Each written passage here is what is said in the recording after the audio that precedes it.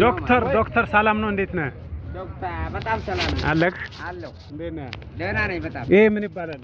ይሄ ያስከው ቅጠል ግዛዋ ይባላል። እሺ ይሄ ሰንሰለት ይባላል።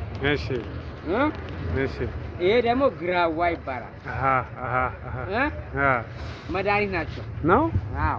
ይሄ ምንድነው ያልከኝ? ይሄ ሰንሰለት እሺ ሶስት አይነት ነው። ግራዋ ይሄ ደግሞ ግዛዋ ይባላል። ይሄ ግዛዋ አዎ ነው። ይሄ አበባ ይሄ ደግሞ እንትን ይባላል። እሷም በተለይ ናት። ቅጠሏ በተለይ ናት። እሷ በተለይ ናት ነው እንዴ? ሎሚ የሚመስለው እምባቡሌ የሚባል አለ በጉራግኛ ማለት ነው። በጉራግኛ ምን ይባላል? እምባቡሌ። ቅጠሏን ቆይ በስ ነው። መድኃኒት ነው። እሷም አሁን እየበላቸው ነው። ይሄ ጨምቀህ ማለት ነው። ይሄ ጨምቀህ ደፍቀው ታፈለዋለህ። በምን ሲጠቀጠቅ ማለት በድስት ሲጠቀጠቅ እንፋሎቱን ተከናንበህ ትታጠነዋለህ። ውሃውን ነው እንፋሎት ሲወጣው ትታጠነዋለህ። ትቀጥቀጥ ሲል በራሱ ገላን ታጥበዋል። ሰውነት ለስንት ቀን መሰለህ?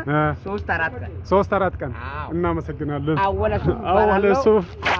ሱፍ የባህላዊ ሕክምና ማዕከል